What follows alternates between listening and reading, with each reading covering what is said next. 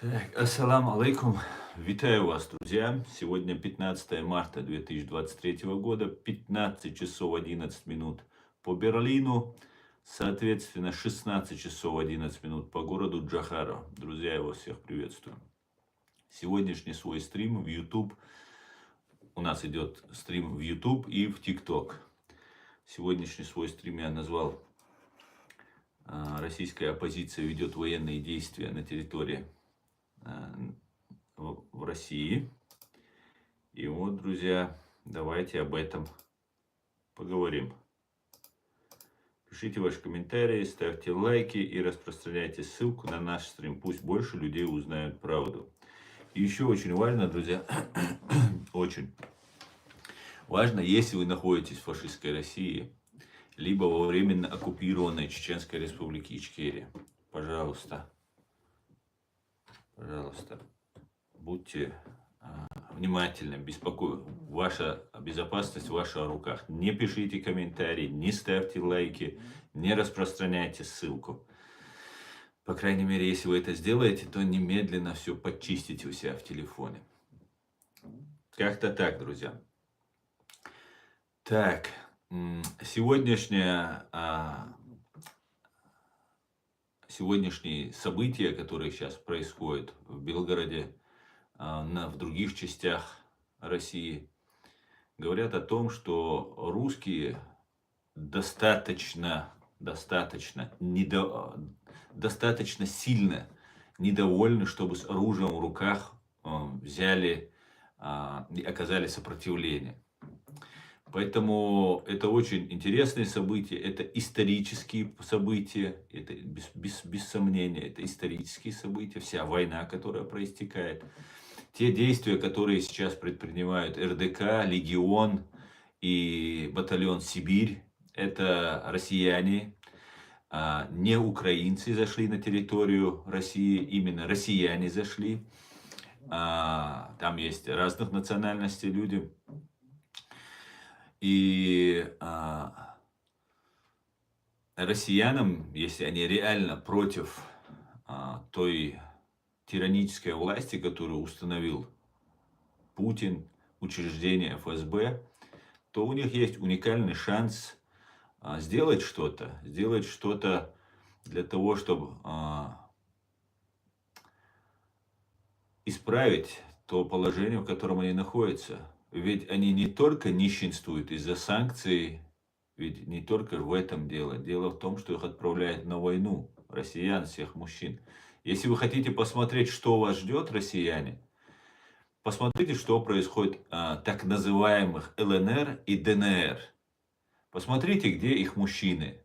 Это те люди, которые звали ваш русский мир, которые зазывали. Ну, многие не звали на самом деле. Многие просто пили пиво, и им было плевать на все.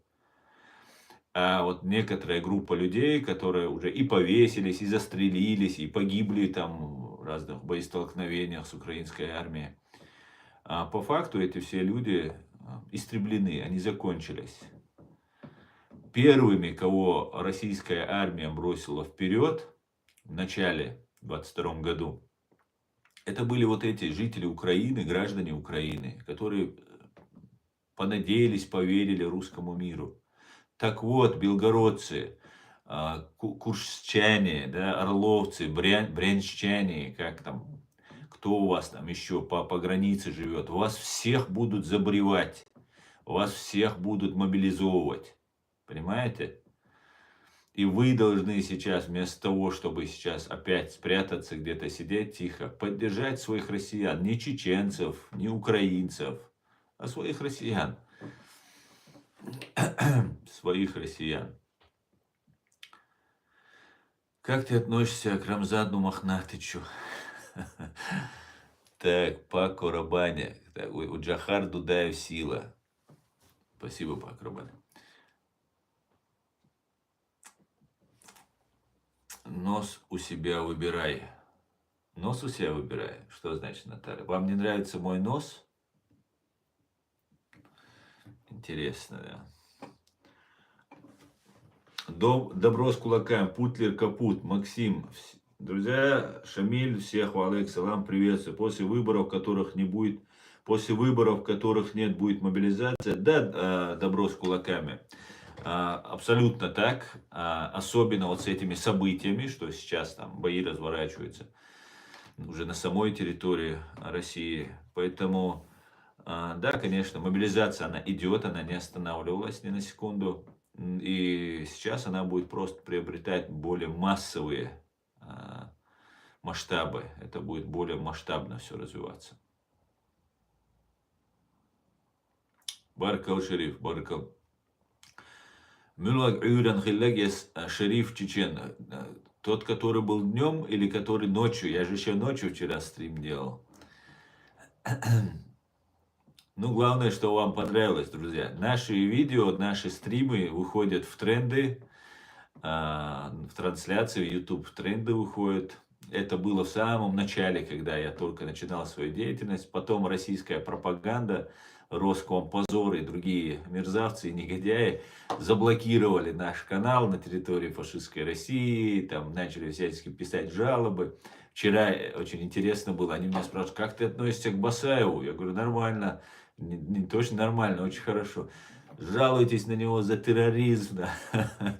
Сами бомбят мирные города в Украине и еще нам рассказывают про какие-то террористов и так далее. Самые большие террористы живут на Лубянке и в Кремле. Поэтому давайте вы будете на них писать жалобы. Поэтому у нас видео залетают в тренды, друзья. Сегодняшнее видео, сегодняшний стрим, я уверен, точно так же залетит в тренд. Поэтому от вас требуется максимальная поддержка, распространение ссылок на наш стрим. Пусть больше людей узнают правду. Кайкам кегерчарик бин болу. Кадыроварк бой, а цигава хильбол. Украине был. Да, и что... Ичкерия, так, предатель чеченского народа. Почему я предал чеченский народ? Вот объясните мне. Одно и то же вы твердите мне.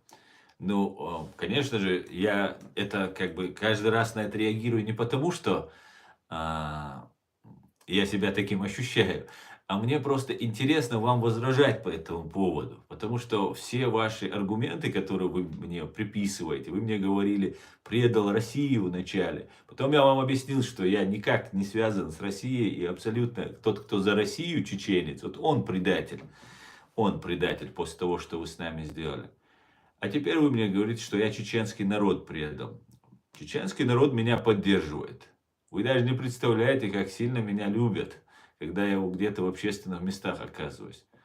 Я выступаю за то, чтобы чеченцы жили свободно, как они всю свою историю, всю свою жизнь мечтали. Я выступаю за то, чтобы судили убийц чеченского народа. Как я могу быть предателем чеченского народа? Рамзан Кадыров, да, это предатель чеченского народа. Много таких можно назвать. Ну, я не знаю, Рамзан Кадыров, может, не чеченец, но из чеченоговорящих он предатель. Поэтому нисколько я не предатель, друзья. Давайте объективно вы меня будете называть. Да, я враг фашистское террористического учреждения ФСБ. Не потому, что я так захотел. Я знаю, насколько это жестокое, подлое, коварное, сильное, надо признать, учреждение. Бесспорно. А я обычный человек и тоже смертен, как и не работаю ни на какую разведку. Меня никто не обучает с вами тут разговаривать и так далее. Я свободный чеченец. Абсолютно свободный. Сам принимаю решение. И вот вы мне скажите, если эта свора палачей охотится на нас, убивает нас только лишь за то, что мы чеченцы и хотим жить свободно, и я должен быть другом, нет, я враг. И все, только их враг, больше никого. Даже русским я не враг. Между прочим, если бы русских хватало ума слушать, что я говорю, то они бы воспользовались. Очень много полезного я говорю. Иногда даже болезненно полезно. Да? Иногда пальцем в ребра могу ткнуть, чтобы ощутили. Понимаете? Как-то так, друзья. Ну, давайте теперь, вот мне тут пишет этот 05-й дагестанский подхолопник, мне пишет, что один вопрос, почему Ичкерия напала на Дагестан. Но у меня есть более интересная идея. Мы поговорим, почему Легион Свобода Россия, Русский добровольческий корпус и батальон Сибирь вернулись на свою территорию и начинают вести боевые действия против фашистского режима, который заседает на Лубянке и в Кремле. Опять же, этих ребят я поддерживаю постольку поскольку, потому что эти ребята еще не высказали свою позицию по чеченскому вопросу, по Чеченской республике Ичкерия. И я это высказываю только лишь, потому что вот я вижу объективные вещи. Абсолютно, поэтому я не предвзят. Понимаете, я не предвзят, я не за них, не против них. Я хочу разобрать ситуацию, я хочу, чтобы Россия стала свободной демократической страной, где террористическое учреждение ФСБ не решает на протяжении 100 лет, как жить, что делать, что говорить, о чем думать. Понимаете? Не потому, что мне так важно, чтобы вот эти народы России, которые на протяжении 4 веков нас уничтожали, чтобы они стали свободными. Я вам честно признаюсь, мне важно, чтобы вы дали нам жить свободно, моему многострадальному чеченскому народу. Только лишь из этих побуждений. Ну и дальше уже из гуманистических соображений, потому что на России живут люди абсолютно нормальные, адекватные, есть в том числе. Ассаламу алейкум, Картвели. Ва алейкум ассалам, брат грузин.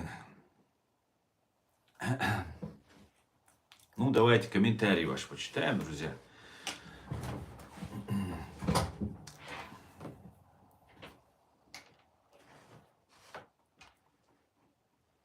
Ассаламу алейкум, ва алейкум салам.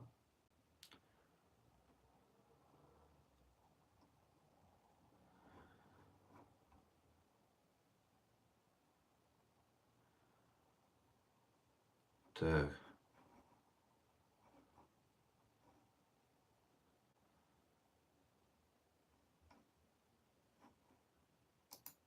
Кадыровы, все ублюдки-террористы.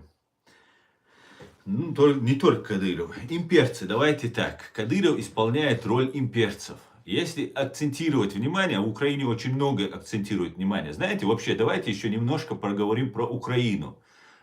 Тоже очень важно отметить. В Украине происходит следующее. В Украине есть отдельные люди, которые ведут какую-то свою странную, непонятную деятельность.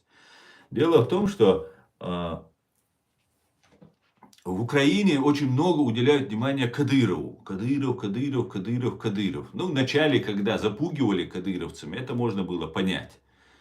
Но сейчас, когда уже с кадыровцев все смеются, уже никакой силы серьезной, так, особой, отличающейся от других, они не представляют.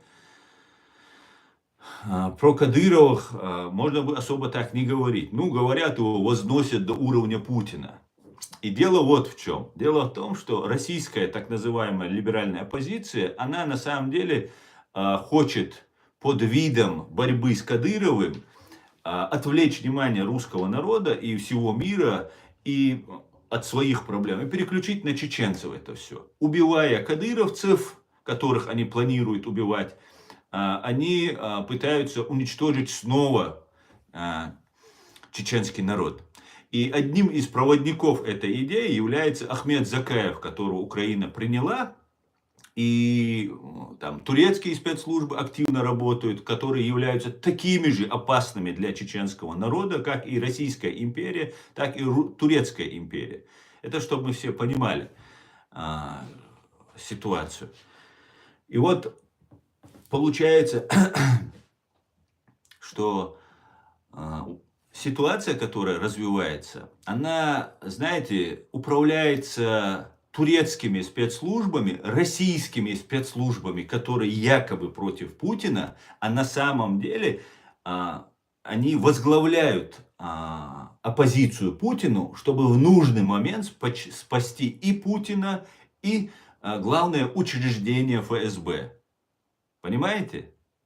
Вот сейчас в Украине недавно открыли в честь Дудаева мемориальную доску. Ну, рядовое, можно сказать, событие. Ну, не для чеченцев, ну, в принципе, такое, не очень большое, там, всего лишь мемориальная доска, там, Джохара Дудаева. Таких открывалось и в Украине, и в других местах, полно просто. И там выступил Закаев. И берет и Патрушев о нем говорит. Это излюбленный трюк показать, что вот мы обратили на это внимание. Когда это свой человек у них это делает. Ахмед Закаев, его окружение, например, из его правительства человек предлагал работать мне на Россию. Понимаете, работать на российские спецслужбы. Именно из-за этого я его раньше поддерживал, и после этого я их всех отстранился от них как можно далеко и опубликовал всю информацию, которая есть. Ахмед Закаев неоднократно подписывал документы, что Чеченская республика во Вторую русско-чеченскую войну является частью Российской Федерации. Понимаете? Эти документы есть. У нас есть легитимная законная власть в лице Аяда Идигова, Аллы Дудаевой, Мусыба Мадгириева и других людей. Это президиум, коллективный орган, куда входят все три ветви власти чеченского народа. Избранные, легитимные. И они не подписывали никогда с Россией документов, что мы часть России. Понимаете? И вот эти люди сейчас там собрались и нам сейчас рассказывают про угрозу Кадырову. Кадыров ноль. Я не потому, что там его оскорбляю таким образом. Я просто объясняю его ценность в этой всей системе. Заменят Кадырова вот так, 2 секунды. Поставят Адама Демельханова, поставят Абти Алаудину. Все, ничего не изменится. Все останется по-прежнему, потому что все они управляются ФСБ и ГРУ, ну, Главным управлением Генерального штаба. Вот какая система идет. И Украина в этом потакает турецким спецслужбам, потакает российским спецслужбам.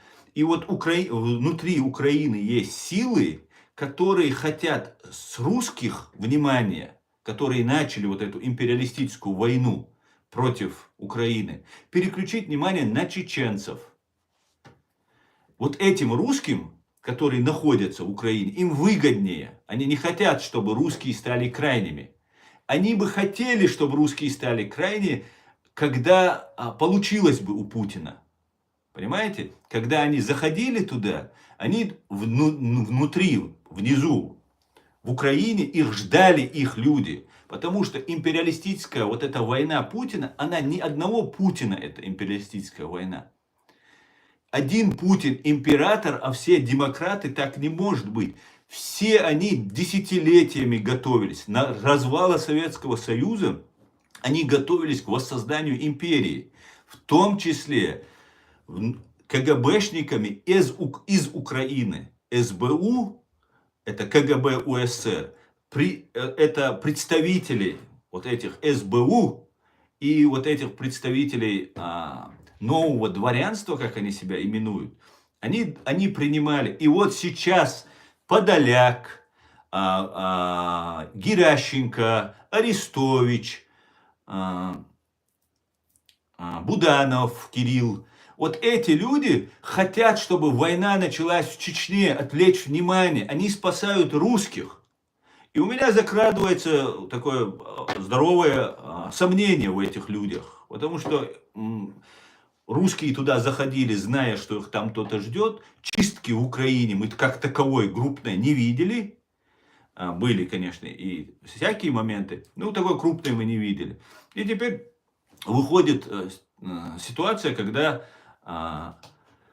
эти люди, оставшись, начинают пытаться спасти свою систему. Систему учреждения КГБ СССР. Куда входит КГБ России, куда входит КГБ Украины, куда входит КГБ Беларуси, Казахстана, Азербайджана и так далее, друзья.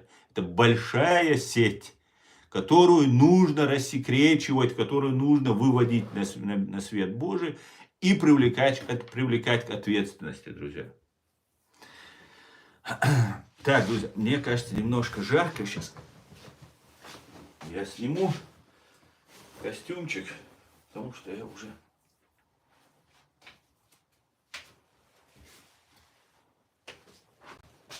употел себя.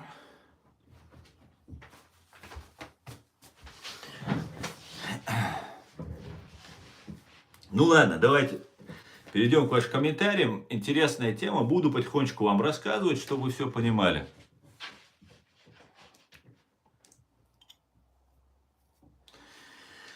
Так.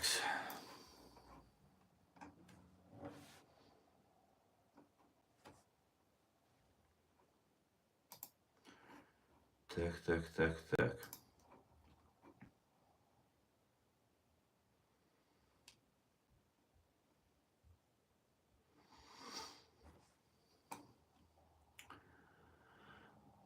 Демократ, Машволь, справедливый человек, друзья, валейкум салам, я вас всех приветствую, витаю, дорогие. Много комментариев, я смотрю, хоть нас не так много, сколько нас сейчас смотрит, 516 человек, друзья. Распространяйте ссылку на наш стрим. Ичкерия будет независимой, да, Аллах. Ассаламу алейкум. Так.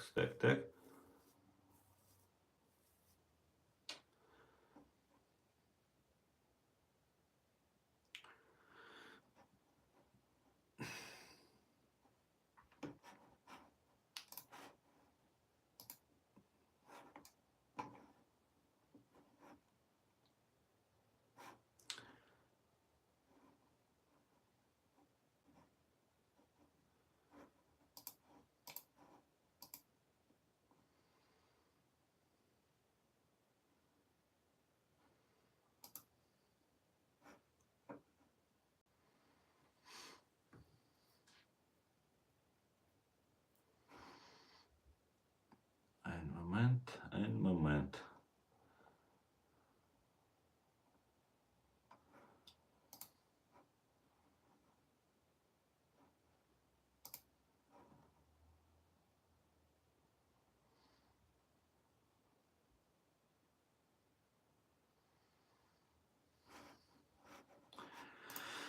Ну ладно, что-то я тут...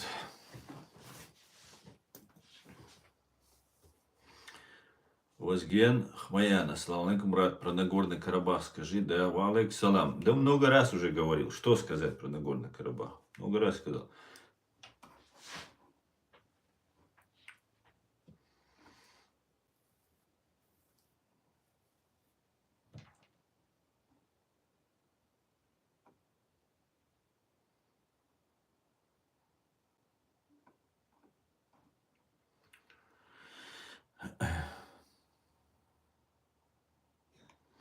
Асан, ты видел ролик, как НАТО будет наносить ракетные удары по России в случае ядерного конфликта? Почему-то они начали с Дагестана. Как думаешь, зачем?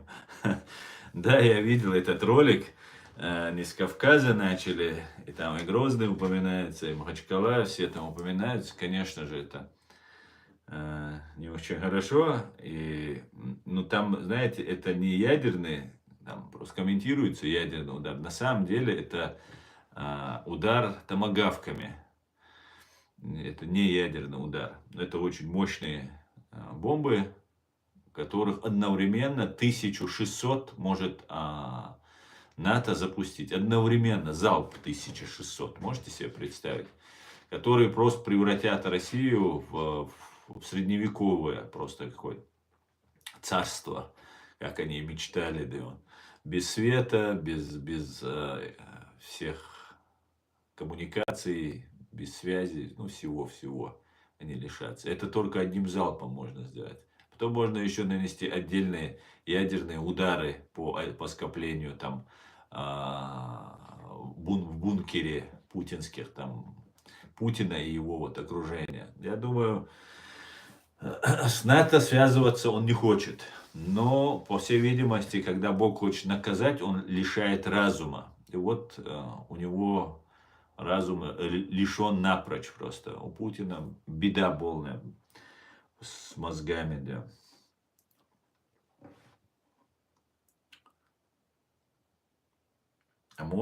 А что может Россия сделать по аналогии с США? Россия ничего не может сделать. Россия может у себя же Россия может у себя же взорвать эти бомбы, как предлагала Симонян, помните? Она где-то в Сибири, давайте взорвем. Они хотели, как бы якобы они в Сибири взрывают, запустить ее в космос, потому что ее в Сибири, как бы ее вывозить надо, третье, десятое. Как только русские начнут делать резкие движения с ядерным оружием, сразу же они получат ядерный удар. Потому что с ними церемонию, они столько раз уже угрожали, столько раз уже запугивали, что никто с ними церемониться и никто с ними играться в игры не будет. Понимаете?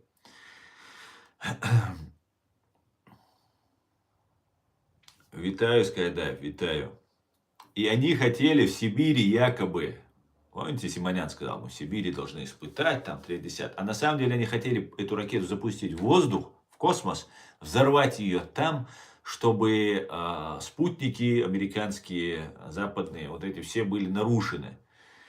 Понимаете? И якобы это не на Земле произошло, а по доктрине, по соглашениям, это нападение только наземным считается нападением. А в космосе, где нейтральная территория, ничейная, то есть, как бы, ну, случилось так. Не виноватая, короче, получается, русня. Вот они что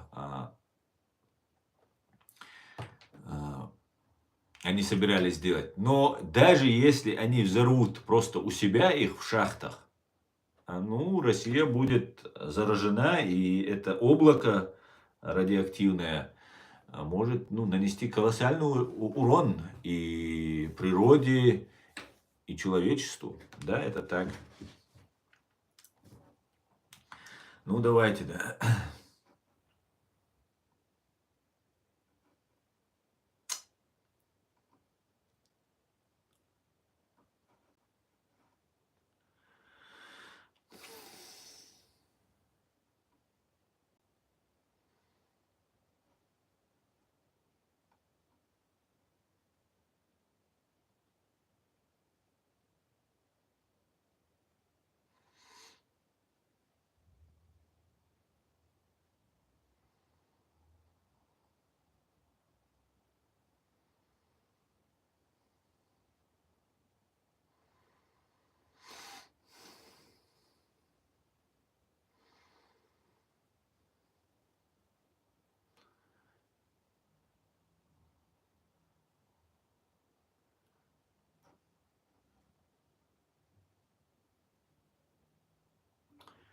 Ну, я смотрю, вот развернули целую деятельность, да.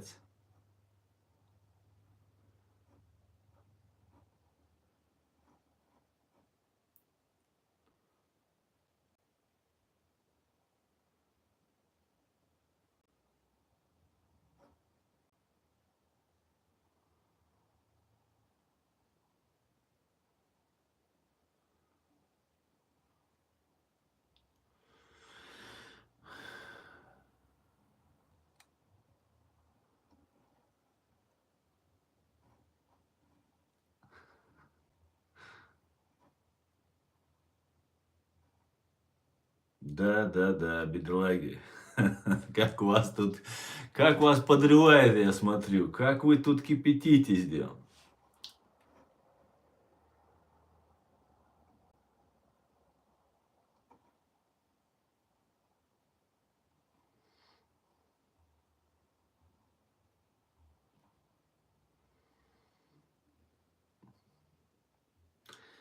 Аслан, ты заметил, заходят мусульмане, тебя упрекают за то, что повесил американский флаг. Но они даже не в курсе, что первая нация, признав США, это мусульмане Марокко.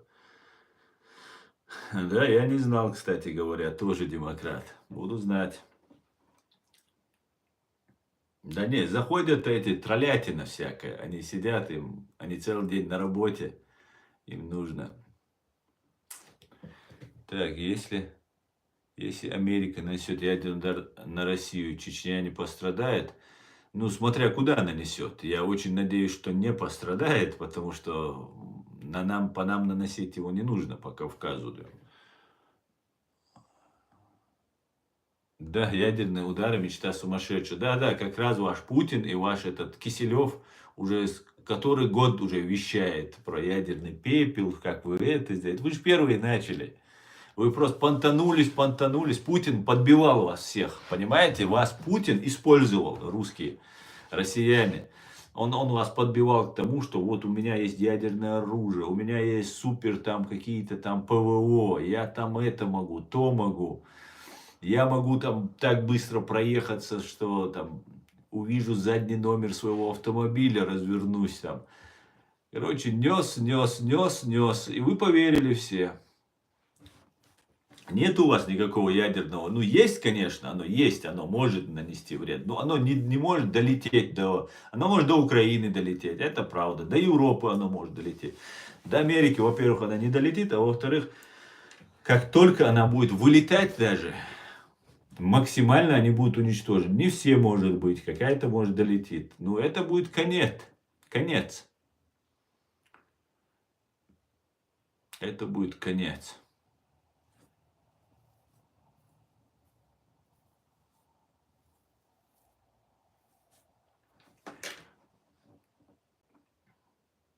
Чем ты зарабатываешь на жизнь? Поделись. Асура, а с какой целью ты интересуешься в моих заработках? Ты можешь обратиться в немецкую налоговую службу, они тебе предоставят всю информацию. Аса, как можно всех русских имперцев собрать в кучу и кое-что сделать над ними? Ну, ты понял? Ну, я не понял, справедливый человек, но сейчас это невозможно. Сейчас имперцы и не имперцы, все перемешалось. Все перемешалось. Поэтому сейчас настоящие русские, которые думают, и патриоты, русские националисты, русские думающие, демократы, просто думающие люди, россияне, они все должны поддержать Легион Свободы России, Русский добровольческий корпус и батальон Сибирь. Вот что я могу посоветовать этим людям. Потому что если вы реально что-то хотите сделать, в России уже с митингами, там, белыми ленточками, там, уточками уже ничего не решишь. И тогда не решилось. Просто Навальный это был такой симулятор, как сейчас там из Закаева пытаются делать в Украине симулятор, представляя якобы Ичкерию. Точно так же Навальный представлял якобы демократическую свободную Россию. И таким образом от реальных борцов за права русских и россиян Навальный уводил электорат на свою сторону. Ну и сбивал своими проектами грандиозными, финансами, которые он располагал, в том числе при поддержке Запада. Ну и так далее, и так далее.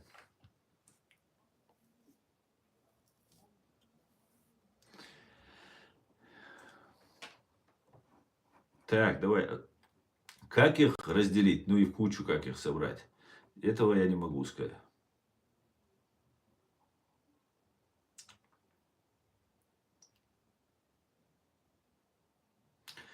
Навальный тоже думал, что он герой и умнее всех, но оказался клоуном Запада. Да, Труи, ты ошибаешься. Навальный не был клоуном Запада. Навальный был симулякром террористической банды ФСБ, которых представили для работы, что вот с этими можно иметь дело, для американцев. То есть сказали, что вот этих людей мы не трогаем. Вот пусть эта команда собирается, и они работают. Я не знаю, почему Запад на это идет. У меня нет этому объяснения. Потому что это невыгодно Западу в первую очередь. Потому что если на самом деле нужны здоровые России силы, то они точно должны быть не связаны с террористической бандой ФСБ. Здоровые силы. Ну, видимо, нужно какие-то там свои процессы идут. Нужно собрать людей, потому что как только кто-то объявляется, не связанный с ФСБ, ГРУ там, и так далее, они его ликвидируют. Они не дают согласия, например, на то, чтобы он там делал какую-то работу. Навальному разрешалось участвовать в выборах мэра Москвы, например. Кому возможно? Представьте, кому разрешили бы участвовать в выборах мэра Москвы? Это все туфта полная, короче говоря.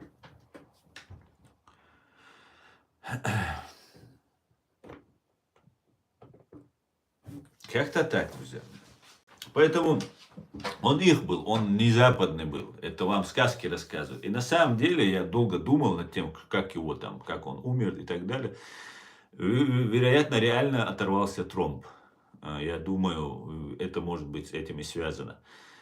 Человек употреблял, как говорят, наркотики, был с моего возраста, 46 лет. Это уже возраст, когда нужно заботиться о здоровье. И в тюрьме не самое было, видимо. И вообще, я так и не увидел мертвого Навального. Вот только такую фотографию сдалека, там небольшой кадр был. Мы так и не увидели. Ни экспертизу мы не увидели независимую до сих пор. И как-то все как-то. Такой великий человек, такой большой революционер. Не знаю. Я, например, каждый раз, мне неоднократно в своих стримах говорю, в случае моей скоропостижной смерти, разберите меня на молекулы, узнаете 100%, что со мной произошло. Я даю сейчас законное на это разрешение и право. А если мои какие-то органы будут полезны для кого-то, раздайте их тем, кто нуждается в донорских органах. Поэтому, ну, если отравления какое-нибудь не будет, и органы будут полезны еще. Так, я думаю, у меня некоторые органы очень нормальные, да. Пригодится, кому-то пользу принесут, да. Так.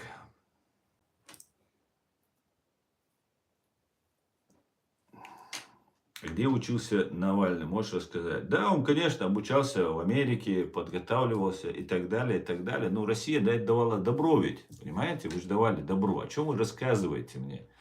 О чем вы мне рассказываете? Я чеченец, который всю жизнь прожил в России. О чем вы мне рассказываете? Навальный умер бы, как только прилетел с Америки, если это нужно было бы в России. О чем вы мне говорите? Ваша Россия, ваши спецслужбы его держали, курировали, сопровождали и так далее. Да, якобы как бы уступая Америке, там, соблюдая перед Америкой какие-то там правила приличия. Но так не травят, как травят Навального. Вот Немцова хотели убить без разговоров. Никаких угроз, никаких понтов, ничего. Просто взяли, застрелили. Коротко и ясно. Немцов, вот да, Немцов был свободным человеком, был политическим тяжеловесом. А Навальный, он, если честно, и был интеллектуально далеко не очень развитый человек. Он, ну, с Навальным, с Немцовым, ну, рядом не стоял. Хотя тот же Немцов поддерживал Путина после того, как он взрывал дома, Путин, в Москве, в Волгодонске и в Буйнакске. И в Рязани поймали его террористов. И несмотря на это, ничего не получилось. Да. Ничего не получилось.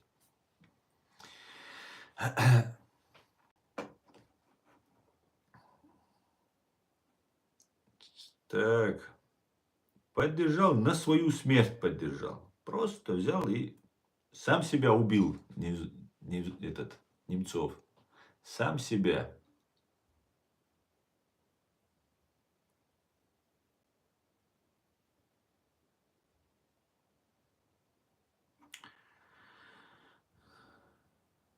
Немцов сам поддерживал кандидатуру Путина. Совершенно верно. Знаете, есть такие фатальные ошибки у людей в жизни, как то же самое, что сделал Немцов. Он поддержал того, кто его завтра убьет. Ну, через 20 лет, через 15 лет он его убьет. Точно так же Аслан Масхадов, наш президент. Он поверил России, которая больше не нападет, которая там возместит ущерб чеченцам, там, третье, десятое. И поплатился за это жизнью. Понимаете? И верить России, это 100% вас предадут, 100% вас обманут. Вот он заплатил за это. Ассаламу алейкум, Шишаня. Хорошо, что ты мне напомнил этот вопрос, а то мы отвлекаемся. Тут они пишут мне разные вещи и немножко уходим. Ассаламу алейкум, Асан. Что происходит в Белгороде? Там все еще ВСУ, Баркал за ответ. Нет, там нет ВСУ в Белгороде, валейкум салам, Шишаня. Там есть россияне, которые пришли защищать. Это Русский добровольческий корпус, Легион Свободы России и батальон Сибирь. Они ведут боевые действия, как они сообщают, обстреливают. Сегодня с утра они видео закидывали тоже с боевыми действиями, которыми они там ведут. И россияне воюют за свободу своей России. Отлично. И мы можем приветствовать только таких людей. И в связи с этим я уже второй, третий день провожу специальные стримы, поддерживаю их, хотя не знаю их позицию по Чеченской Республике Ичкерия. Поэтому, да, россияне, мне вчера писали, что там и есть чеченцы, но я полагаю, это россияне, потому что чеченцы не могут вместе с россиянами воевать под видом россиян. Это полная дискредитация чеченцев, которые воюют в Украине. Потому что украинцев нет с этими русским добровольческим корпусом. Да. Мы не видели ни одного человека, который говорит на украинском и говорит, что я вот украинец, вместе с русскими братьями иду освобождать Россию. А если там есть чеченцы, они только в качестве россиян. По крайней мере, для мира, для Запада, для россиян, для всех они показывают, что они россияне. Они могут верить, что они там делают какую-то операцию, что они там борются и так далее. Даже я видел видео вчера, парень говорит, что они как Басаев там и так далее. Но Басаев как ичкериец туда пошел. И весь мир знал, что он как ичкериец. Вы тоже, может, рискуете как Басаев, но вы представляетесь для всего мира как россияне, как русский добровольческий корпус и так далее. Поэтому вот поэтому Ахмед Закаев и все, что с ним связано, всегда играет на руку что турецким спецслужбам, что русским спецслужбам. Понимаете? И вот этих ребят, которые думают, что вот не может человек вот так играть роль, как играет ее Ахмед Закаев. И эти люди верят, что чеченцы мы такие. Мы не можем поверить, что человек может вот так нагло тебе лгать или тобой манипулировать. Не воспитаны мы так. И поэтому я верю, что молодые чеченцы, которые там есть, они обмануты пропагандой, что вот там есть, если на Западе, если Украина поддерживает, тогда же это же точно не за русских. Вот так логика у человека, молодого человека складывается. Это не так, дорогие мои чеченцы. Это не так, к большому сожалению. И я попался на эту удочку и тоже верил, что Ахмед Закаев ведет какую-то деятельность. Нет, Ахмед Закаев вокруг себя собрал российскую агентуру. Ахмед Закаев меня вербовал, его человек меня вербовал, пытался вербовать на российскую разведку. Ахмед Закаев подписывал документы, что мы часть России, с Россией. И вы это все должны знать, потому что мы не просто так, я сижу здесь, наживая себе смертельных врагов, вам это рассказываю. Но если вы это игнорируете по какой-то причине, значит, вы сами делаете свой выбор. И любые чеченцы, которые зашли сейчас вместе с РДК и так далее, вы все для всего мира россияне. Вы можете себя Басаевым называть, бороться так же, как он, еще что-то делать. Но вы для всех, как россияне, представляетесь. И вы тем самым наше чеченское сопротивление дискредитируете. Вот что я не хотел это говорить. Думал, проигнорирую, оставлю. Если я говорю, и люди почему-то думают, что я тут просто так сижу, а делать нечего тут рассказываю, что Ахмед Закаев и его окружение вербовало меня на российские спецслужбы там, и так далее. У нас ведь есть президиум правительства. Мне интересно мнение чеченцев, которые там воюют. Кто из вас контактирует с нашей реальной властью, чеченской властью? Вы говорите, вы вне политики, тогда будьте вне политики, а просто воинами. А если вы в политике, то кто реальную нашу, настоящую власть из вас поддерживает в лице нашего президиума правительства? Вот если вы не поддерживаете, то вы не можете называться ни чеченской армией, ни чеченскими бойцами и так далее. Да, вы бойцы ЗСУ, вы добровольцы по национальности, вы чеченцы, но не ичкерийские получается. Потому что вы ичкерийские можете быть, если вас ичкерийская власть наделяет этими полномочиями. Понимаете? Вот в чем вопрос. А будучи, имея законную свою легитимную власть, игнорировать ее, поддерживать Закаева или там рядом с ним просто сфоткаться, Ему больше от вас ничего и не нужно. Главное, чтобы вы с ним сфоткались. Больше ему от вас ничего не нужно. И он добивается этого. Без ругани, без нервов. Абсолютно нагло, беспардонно он этого добивается. И вот таким образом мы приходим к тому, к чему приходим. Поэтому там нет чеченцев. Ну, чеченцы этнические там есть, я так понимаю. Но они представляются для всего мира россиянами. Вот чего вы сделали. Послушав Закаева, там закаевский человек там рядом был. И вот эти люди, я так полагаю, пришли к тому, что они себя представили россиянами.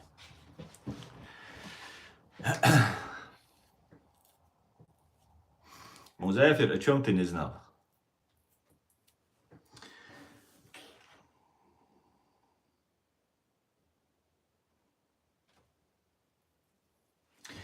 Так.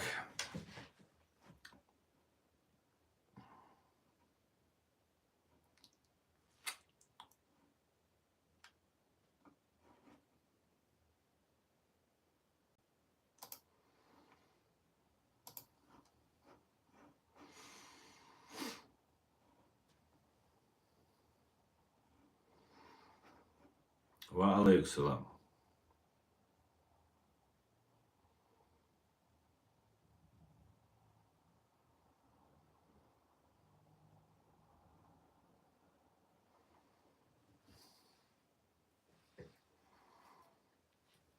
Про Закаева. Музафир, валлах, ты знал или не знал Сахасу?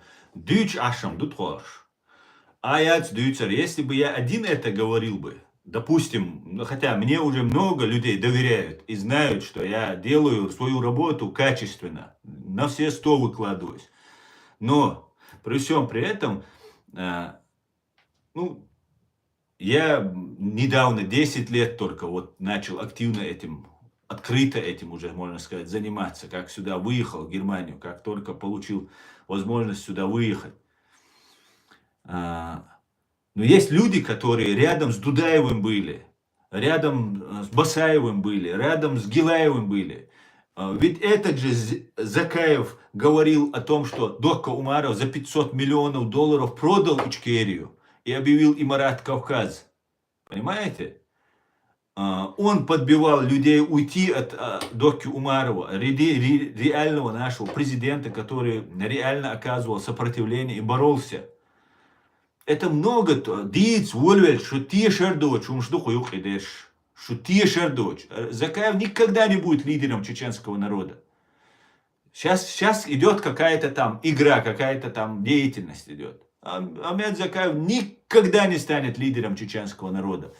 Это невозможно просто по определению, понимаете? Потому что там слишком много сказано и сделано, да, чтобы его признали как лидера чеченского народа. У нас есть законная, легитимная власть, которая была в подполье, которых убивают, которых, в отличие от родственников Ахмеда Закаева, на работы не берут и так далее.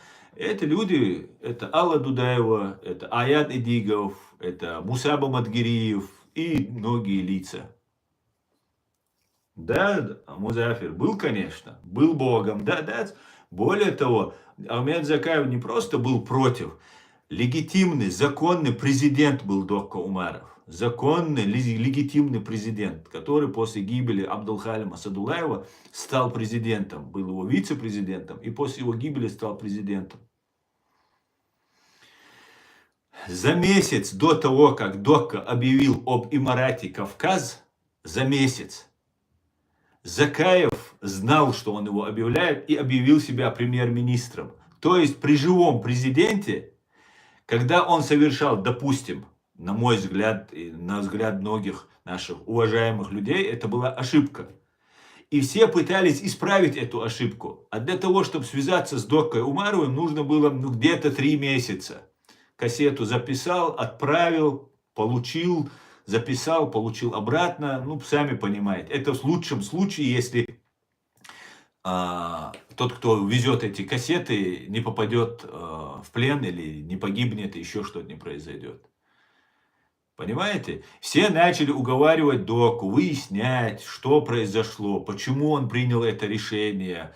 потому что здесь велась какая-то определенная работа. Запад нас игнорировал, и Док решил пойти своим путем, потому что нужно было спасать сопротивление, нужно было спасать Ичкерию, спасать всего там, ну все нужно было. И в это время, за месяц до того, как Дока объявляет Имарат Кавказ, за месяц, не после того, как Дока объявил Имарат Кавказ за месяц, то есть в декабре 2007 года Дока объявляет об Имарате Кавказ, а в ноябре или в октябре Закаев объявляет, что он премьер-министр, незаконно. А премьер-министр, у нас нет такой должности. Премьер-министр у нас это президент. Кабинет министров, должность премьер-министра, исполняет по Конституции. Это президент Чеченской Республики Ичкерия. То есть Алмет Закаев назначает себя президентом Чеченской Республики Ичкерия. И эта пропаганда захватывает незаконно Чечен Пресс, наш официальный государственный сайт, которым он пользовался, который он был под его контролем. Вот он начинает через него вести свою деятельность. Абсолютно античеченскую, антиичкерийскую, угодно в Россию. И все. Это много, это будет уголовные дела будут, тома уголовных дел будет. И про Ахмеда Закаева, про тех людей, которые вокруг него, тома будут уголовных дел. Не только одни Кадыровы будут наказаны, привлечены к ответственности, но будут привлечены такие люди, которые грабили деньги, которые поступали. Вот у меня в прямом эфире Муса, представитель нас во Франции, Раскатаипов Муса, рассказывает, что Закаеву дали $1 миллион, он их прикарманил. Ни о каких сопротивленцах, ни о каких там маджахедах, никакой помощи, речи нет. $1 миллион получил, 1 миллион на карман поставил. А сколько так Ахмед Закаев получал денег? Посмотрите, откуда у него деньги, откуда у него его родственники дома работают, их никто не трогает. Да, у них есть немножко проблемы с Кадыровым, потому что Кадыров не хочет, чтобы его власть кто-то потрепал. Но, как вы видите, никого не убивают, не пытают. А настоящие борцы, вот в президиуме правительства сидят, которые, они своих имен, если вот мы узнаем все сразу, их активность, у них дома сразу проблемы. Дома сжигают, родственников убивают, убивали уже, сжигали дома, все было. Настоящие.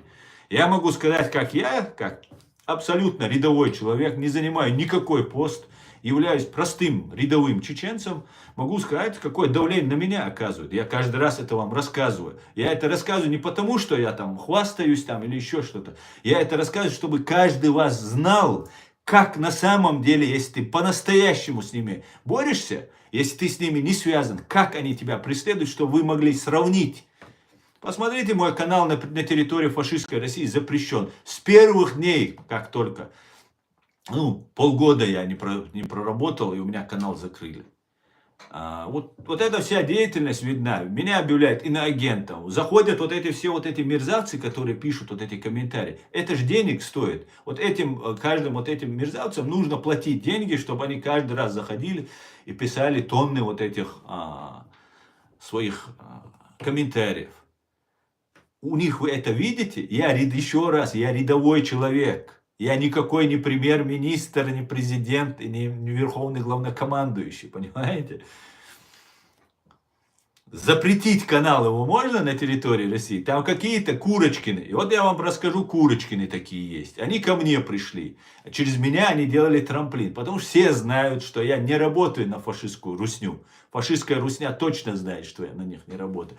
И они засылают свою агентуру ко мне и начинают, все эти Курочкины мне обещали. Все просто. Если бы я попросил бы, они бы мне ноги мыли бы в тазике и воду эту пили бы. До того они мне и ролики снимать, и тексты, и деньги тебе раздобыть. И там они организовали тут конференцию, когда открытие моей правозащитной организации. Просто пылинки с меня сдували.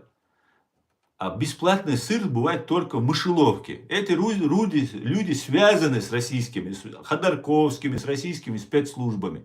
Я их оставил как есть. Потому что я сказал, ребят, они меня тянули к Закаеву. Надо вместе один ролик сделать. Мы расскажем, как разваливался незаконно Советский Союз. Это любимая тема КГБ. Советский Союз разваливался незаконно, и теперь Советский Союз, влияние КГБ, учреждения КГБ СССР, ФСБ, нужно восстановить на территории Варшавского договора. Вот так они это представляют, КГБ. Я же знаю их систему, я это изучал, я смотрю, наблюдаю. И Курочкины туда же. Ну, я уже начал сомневаться, подозревать, там уже было много уже оснований для этого. И я их оставил в покое. И они, которые клялись мне, божились, крестились, там, что только не делали. Что они мои ярые сторонники, что Закаев это мерзавец, плохой человек. Оказывается, это для него они прислали, понимаете? И вот эта русская либеральная гибня, она его полностью в Закаеве, и Закаев полностью в ней. Понимаете? Вот какая это система. И те бойцы, которые в Украине, чеченцы, которые вокруг рядом с ним, в эту сложную систему, наверное, им трудно понять. Мне было это все трудно понять, было трудно разобраться во всем. Мне нужно было, чтобы они прямо пришли мне и сказали, давай работать на российскую разведку.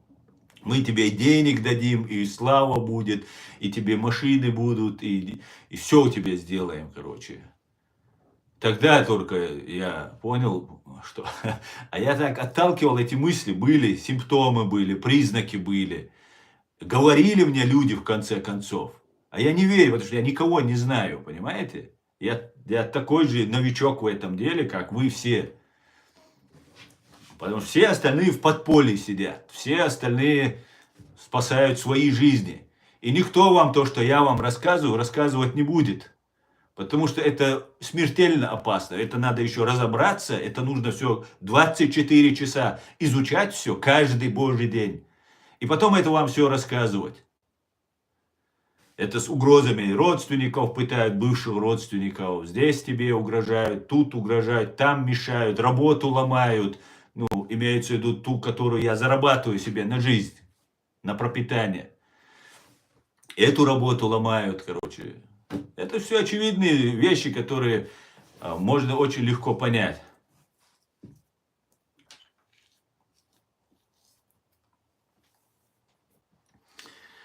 Так, давайте дальше.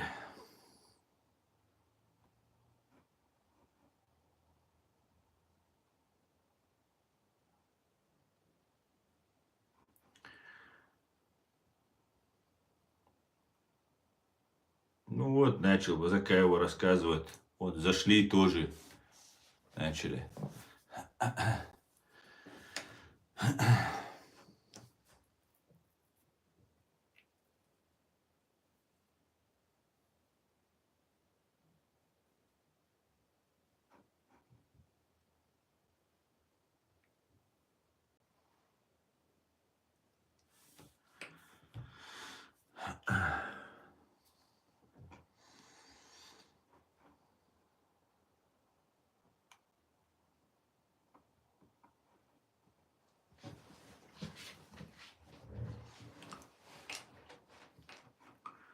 Как относишься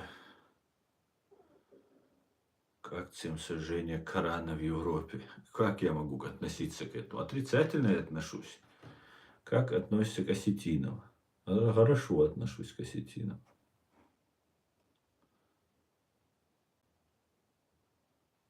У меня вопрос.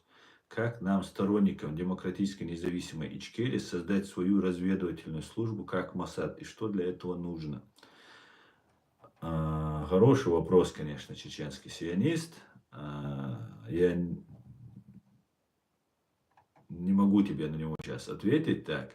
Нам нужно, знаешь что, нам нужно проводить экспертизу на полиграфе, психофизиологическую экспертизу каждого. Мы должны выявить из нас настоящих, которые не продадут, не продались, не получают деньги от России там, или от кого-то, что они работают на чеченский народ и на чеченское государство. Нам нужно сперва выявить таких среди нас людей, собраться вот именно в этим вот сейчас, обсуждая, ты пишешь комментарии, я тут что-то говорю, мы этим именно и занимаемся. Мы создаем гражданское общество, среди которых мы найдем нужных, подходящих нам людей. И они, конечно, должны быть грамотные, чеченские сионисты. Они, спецслужбы должны быть очень грамотными. У нас есть, я думаю, такие люди.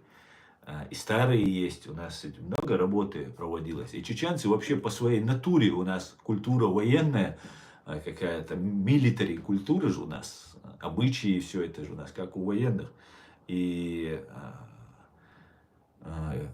это плюс ко всему мы как разведчики всю свою жизнь находимся в параллельном государстве, находясь в фашистской Советском Союзе, находясь в фашистской России. Да.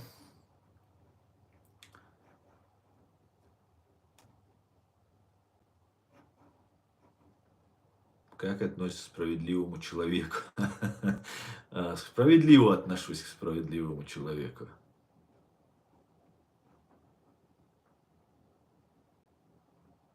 Как-то я сказал в твоем эфире, что готов пройти и полиграф, и поликнязь, и полигерцог. Musa Машвойль, ассаламу алейкум. Sua família itt til Ashwaroit. Musa sa odagüyan sa düçaş. Машвойль.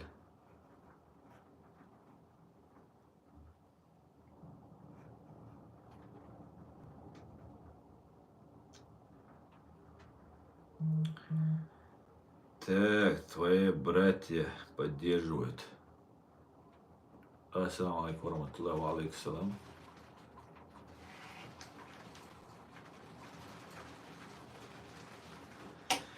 Ва алейкум ассалам, Шамсад, Машвойль. КГБ и русизм одно и то же. Да, думаю, да. Сахол Аслан, респект. Витаю, витаю.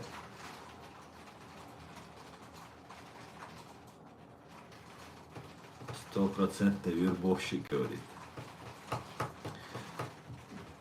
Так, священный месяц Рамадан, я хочу пожелать вам крепких сил и духовных, и физических. Желаю мира и благословения Аллаха. Желаю доброты, души и милосердия. Желаю чистых помыслов и добрых дел. Спасибо, Катя, спасибо. Ассаламу алейкум, Камильчик.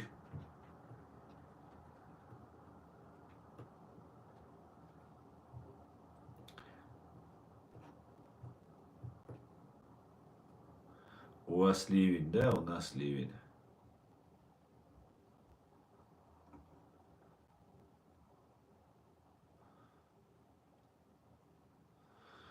Да.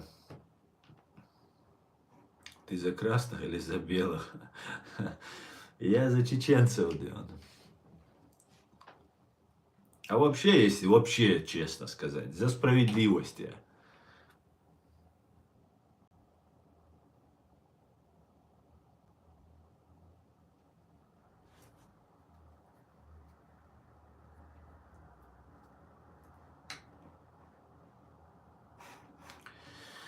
Mara del obol deres ve Muhammed Haynek doel.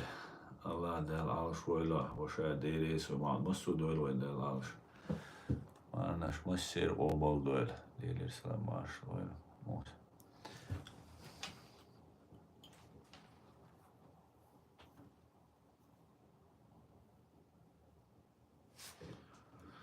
Алейкум.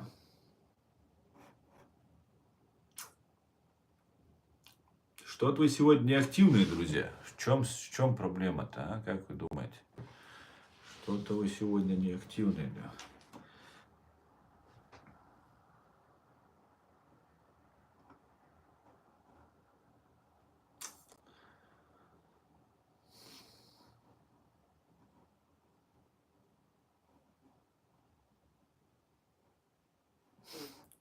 Шам Ибрагимов говорит, почему чеченцы, пройдя 9 кругов ада, не стали умными и проницательными? Шам, конечно же, это хороший вопрос.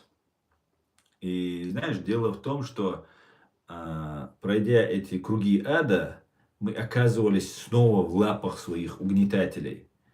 И они не давали нам получить прок и пользу с того опыта, который мы имели, проходя эти круги ада. Мы снова оказывались в их лапах, но при всем при этом у нас появлялись чеченцы, наши люди, которые были очень проницательными и очень мудрыми. И один из них профессор Абдурахман Ахтарханов, и один из них Джахар Дудаев. И таких у нас очень, один из них Аят Идигов.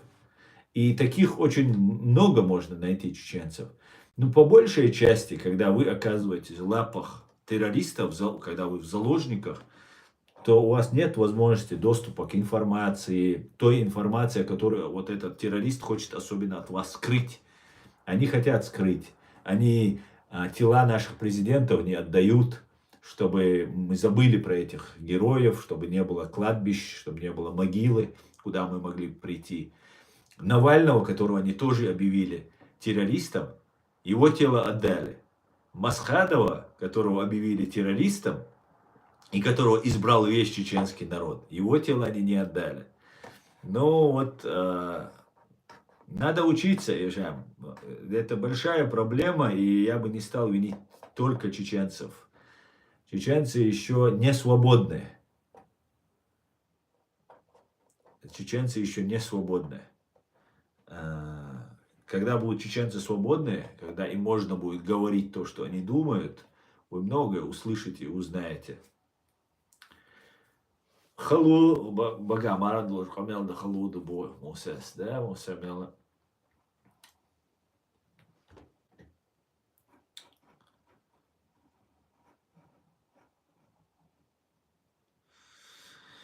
Ифтар у нас через 2 часа, Катя.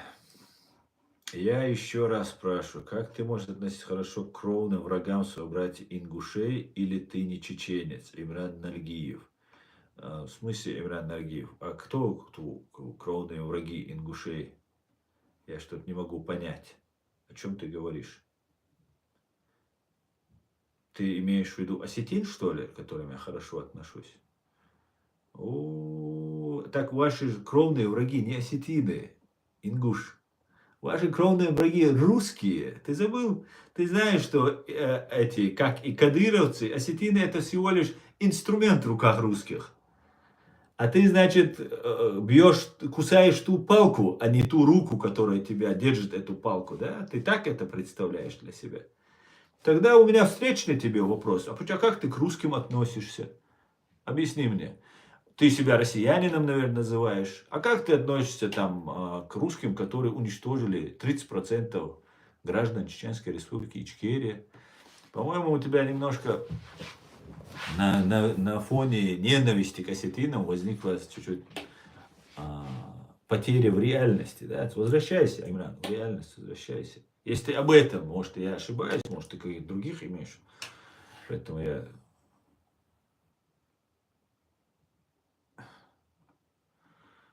Поэтому дело. Ассаламу алейкум. Какой исход войны видите? Я, конечно же, однозначно 100% вижу полное поражение, военное поражение фашистской России, военное поражение. И деимпериализация нынешнего российского вот этого бомонда.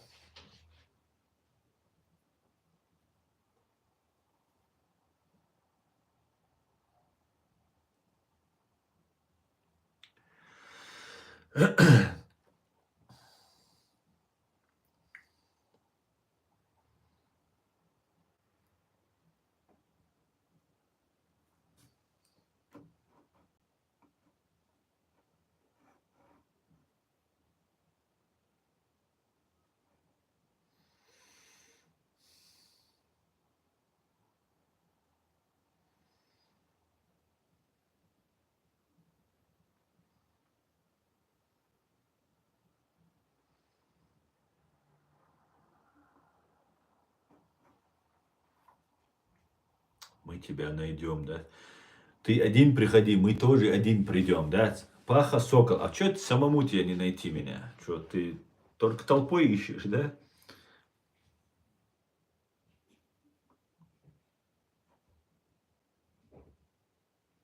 Слава России, говорит, ты не наш брат. Наконец-то, спасибо тебе. Ваша фашистская русня объявила меня иноагентом, то есть иностранным агентом. Да, я иностранный ичкерийский агент. Я являюсь гражданином Ичкерии и буду им до конца своих дней. И вот теперь вот ты меня тоже говоришь, я не твой брат. Спасибо тебе большое. Спасибиша.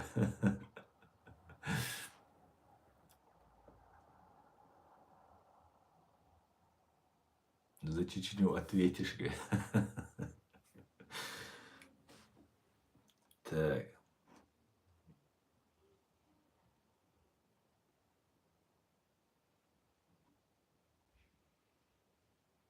Как вы видите процесс деимпериализации Кавказа в данный момент, когда в Южном Кавказе Армения выводит из своей территории российские погранцов ФСБ?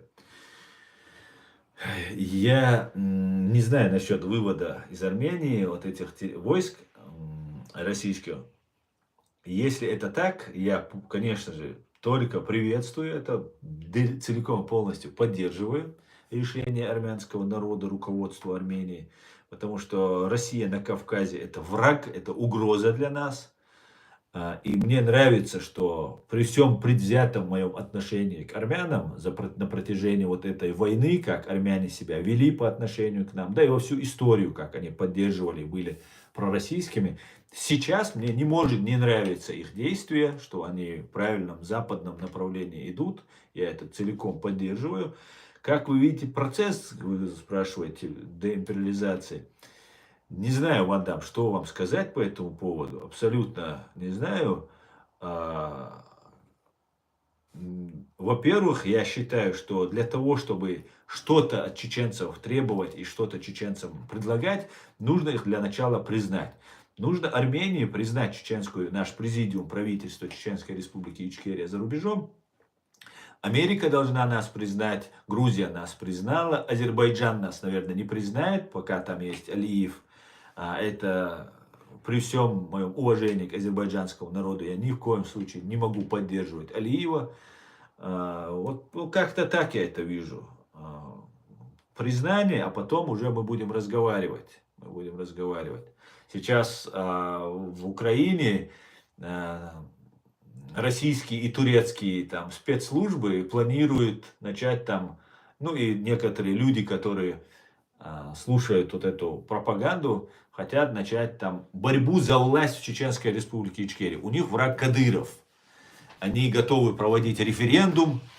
У нас независимость есть, статус Чеченской Республики определен навеки вечный. Но почему-то вот есть люди, которые хотят проводить референдум о статусе Чеченской Республики Ичкерия. Ну, фактически это то же самое, что и Закаев говорит, что мы часть России, и что вот сейчас нужно нам. Значит, мы все 2 года, все 2 войны, то, что воевали, мы бандиты, получается. Значит, русские были правы, получается, что они называли нас боевиками, бандитами, там, сепаратистами. А это не так. Мы вышли после, мы объявили о своем суверенитете после развала Советского Союза. Все атрибуты государственной власти и свою полностью независимость мы уже приобрели уже будучи в составе Советского Союза.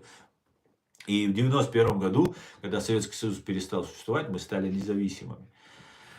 И вот эти вещи нам нужно разъяснять, объяснять. И наша проблема в том, что нас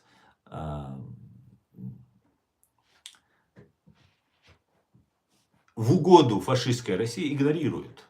Просто и армяне, и все остальные, и весь мир, ну, армяне большой роли не играют, конечно, но весь мир игнорирует. Как-то так, да. Я признаю Ичкерию. Спасибо. Это для нас очень ценно, друзья. Вы можете повлиять на свои народы, на свою власть, точнее. Вы народы разных стран, вы можете повлиять.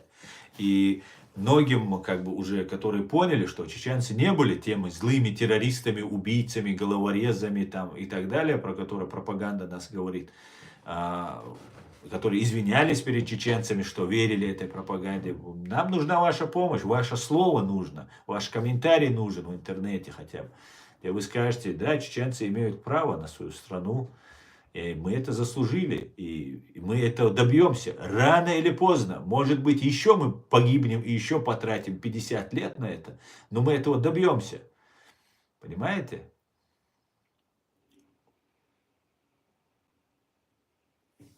Найди способ объединить чеченцев всех, как в первую войну, как кулак. Странник, я как раз этим и занимаюсь, пытаясь объединить, но мне очень сильно мешают, во-первых. А во-вторых, в первую войну мы объединились, потому что враг на нас напал, и мы тогда поняли, Дудаеву тоже говорили, засланный агент, там, третье, десятое. А потом Джохар Дудаев, все поняли, что он является истинным защитником чеченской свободы, демократии и так далее. Поэтому надо объединять, конечно. И только на правде и на справедливости мы можем объединиться. И я убежден, я знаю это, что есть чеченцы, которые смотрят меня, слушают меня, понимают, что я говорю, разносят эту информацию. Некоторые вещи я говорю, даже не зная всей глубины вопроса, они это знают. Есть люди, которые лучше меня знают. Есть молодежь, которая тоже собирается, думает. И я их отговариваю. Вот, например, Ахмеда Закаева, например, я тот человек, который его поддерживал. И я себя чувствую виноватым в том, что я многих людей подтолкнул к нему. И когда они мне предложили работать на российскую разведку, тогда я уже всем сказал. Но человек, который душой поверил, например, Закаеву, а потом Аслан говорит другое, ему может в голову прийти, что, может, Аслан из каких-то корыстных побуждений это делает, там, третье, десятое.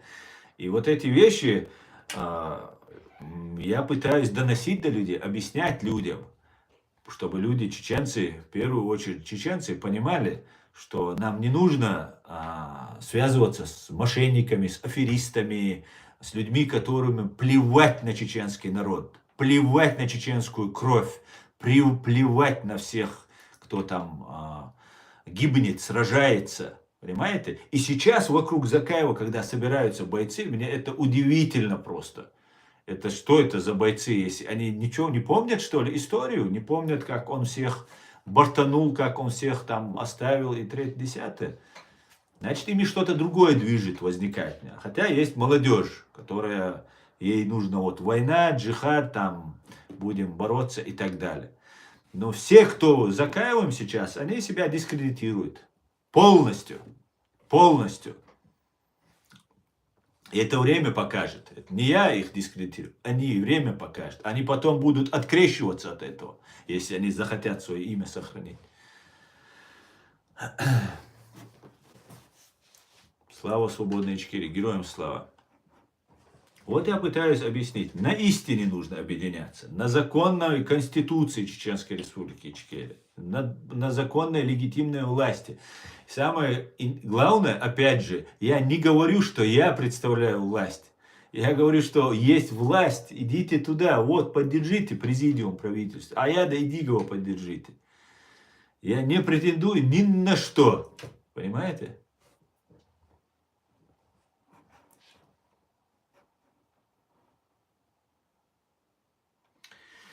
Так.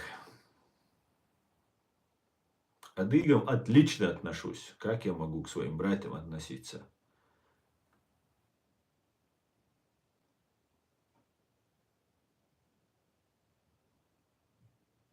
Американцы очень хорошо промыли тебе мозги, Бо. Ну живи хорошо, раз тебе там на чужой земле. Сюда иди и так далее. Не понял, конечно, ты по-хозяйски еще не очень хорошо говоришь, пишешь. Американцы меня мозги не промывали. Понимаешь? Это я американцам объясняю, кто вы. Понимаете, кто ваша фашистская КГБшная русня, кто вы, я объясняю. И нам, чеченцам, потребовалось 30 лет доносить до всего мира, что вы есть империя. 30 лет. И сейчас директор ЦРУ, наш президент, наш канцлер Шольц признали, и вся Европа теперь признает, что вы ведете империалистическую войну. И это мы, чеченцы, твердили, кричали, и я в частности. Да, ну, первым у нас об этом заговорил наш профессор Абдурахман Автарханов, наш профессор. Так что вот такие вот дела. Все нормально, не волнуйтесь, Леон. Все нормально. Остан, заметь, что с ником оперно, имя Всевышнего написал с одной буквой Л и маленькой буквой. Да, это его неграмотный оператор.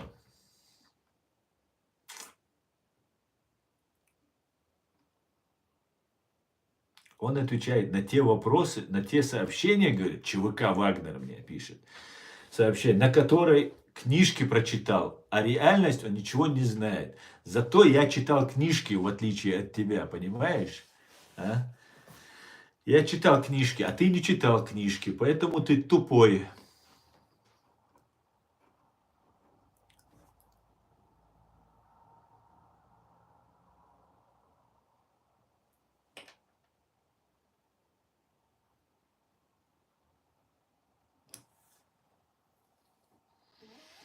Ответь на один вопрос. Почему на русском языке разговариваешь?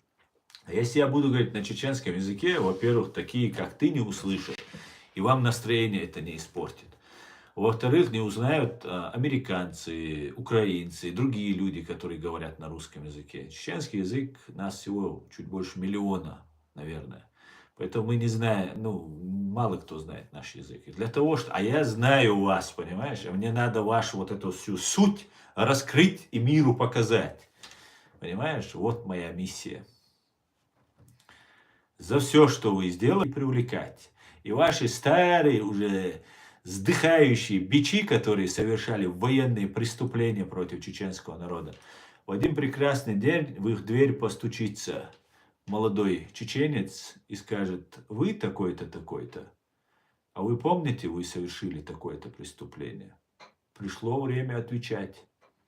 Сколько бы ни прошло, даже после вашей смерти мы вас будем судить, как нацистов судили, и будем привлекать.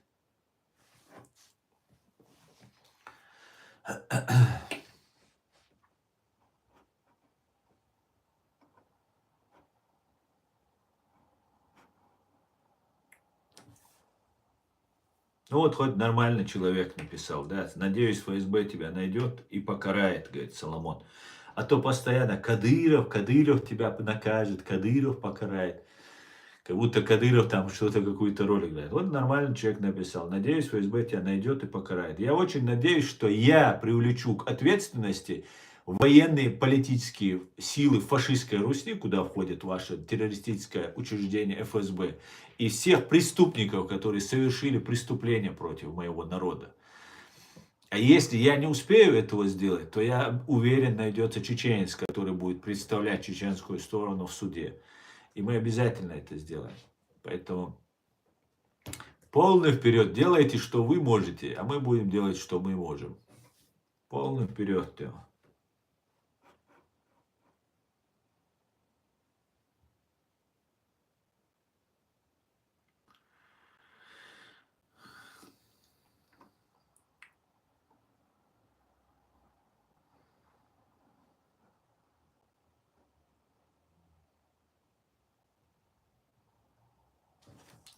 Кого ты там привлечешь? За самоходного деда сидит в бургере и целый день видео снимает.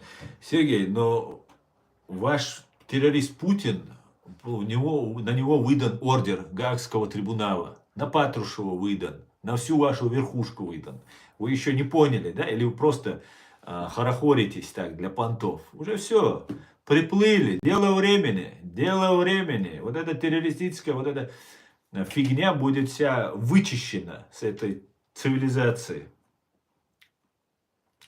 Ты воевал в Первую Чеченскую войну. Я не знаю, что такое Первая Чеченская война. В Первой русско-чеченской войне, да, я воевал. Я принимал участие.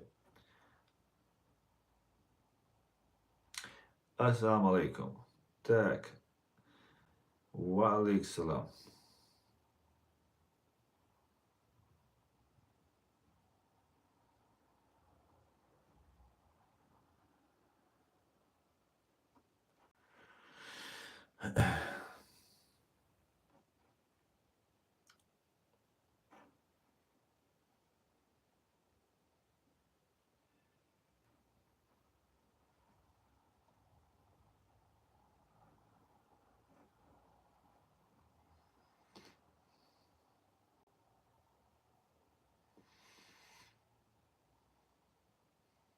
Ты воевал в составе Ичкерии. В смысле в составе Ичкерии? Я защищал свою родину. Я никаким не был, ни солдатом, ни звания, ничего у меня не было. Я ополченцем был.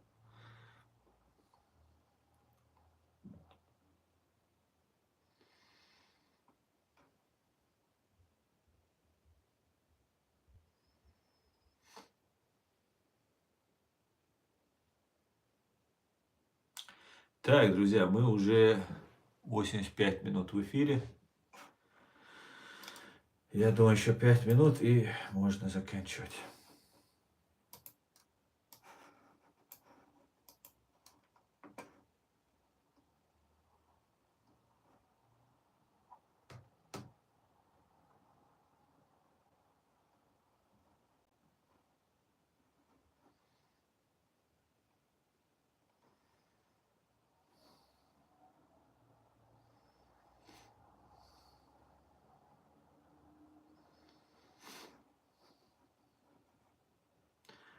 Спасибо, Ислам, спасибо.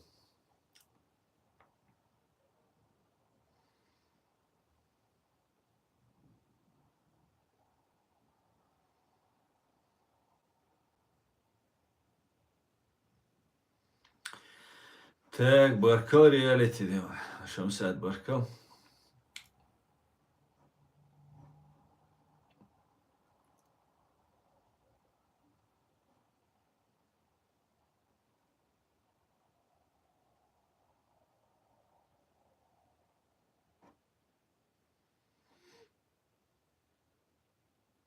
Тамик ты такой интересный там. Ты воевал, где, в каких рядах был, а ты общаешься.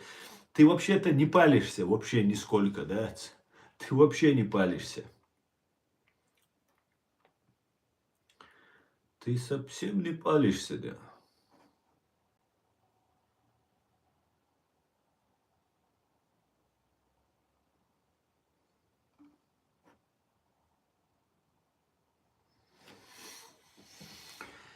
Так, привет ичкерийским братьям из Сакартуэла. Гамаджоба, Коба, Тифлис.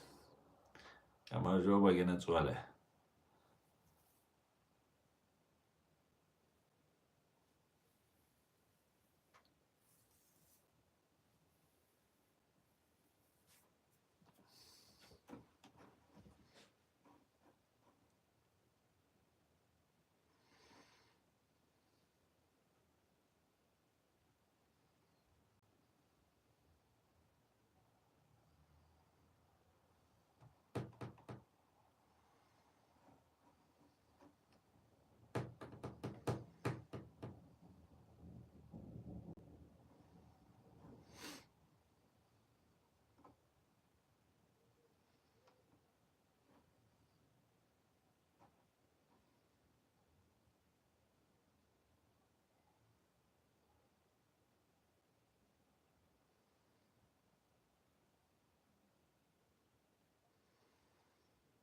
Не, спасибо, не надо, Имран, или Ислам, спасибо.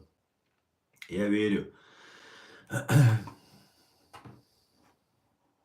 Салам Асан, я думаю, моя страна должна принять законы, признать Ичкерию, запрет на въезд и проживание в Евросоюзе и в США всем членам семьи до 3-го поколения, тем, чьи родители были госслужащими ФРФ. Эд, салам, дорогой. Да, это было бы идеально просто. И я думаю, к этому придем, Эд. Я очень надеюсь, что Соединенные Штаты Америки именно так и сделают. Именно так и сделают.